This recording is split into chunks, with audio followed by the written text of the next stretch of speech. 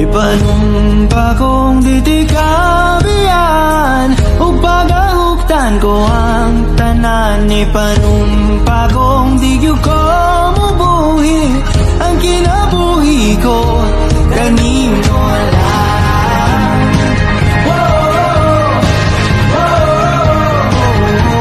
Kanimo lang.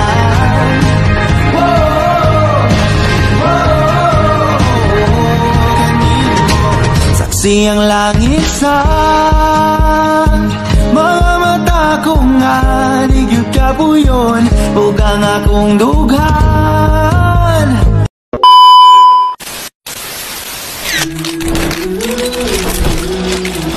Sa inyong lahat, aming tagapanood, ito nga pala ang aming nabuong representasyon para sa ika-10 baitang na ginawa ng ika-4 na grupo. Tara na't simulan na natin ang representasyon upang maimulat at matuklasan ang ating katutubong wika. Para sa aming unang irerepresenta ay patungkol sa katutubong wika. Simulan na natin sa mga nakasanayan ng mga katutubong badyaw.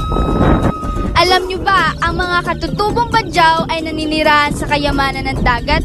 Ginagamit nila ang mga alam nila mula sa kanilang mga ninuno? Kagaya nito. Babanam kewalam, babanam kewalam, babanam kewalam, babanam.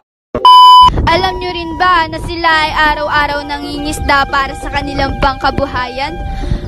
Gumagawa sila ng mga kagamitan sa pangingisda tulad ng lambat at bitag.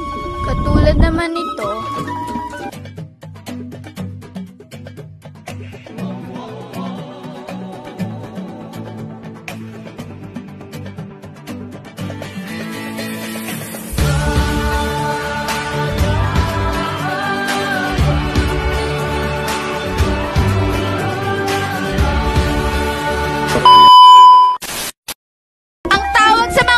Sa kanilang wika ay isang dialekto ng wikang Samal. Ang iba pang tawag sa kanilang wika ay badyaw, badyaw o badyaw. Upang maibasa wikang ginagamit ng mga Samal na ninirahan sa lupang bukod dito. Mahusay din sila sa paglangoy, kaya isa sa kanila ang mga pangunahing kabuhayan ay pangingisda ng mga laman dagat. At dito nagtatapos ang aming ginawang representasyon. Maraming salamat po!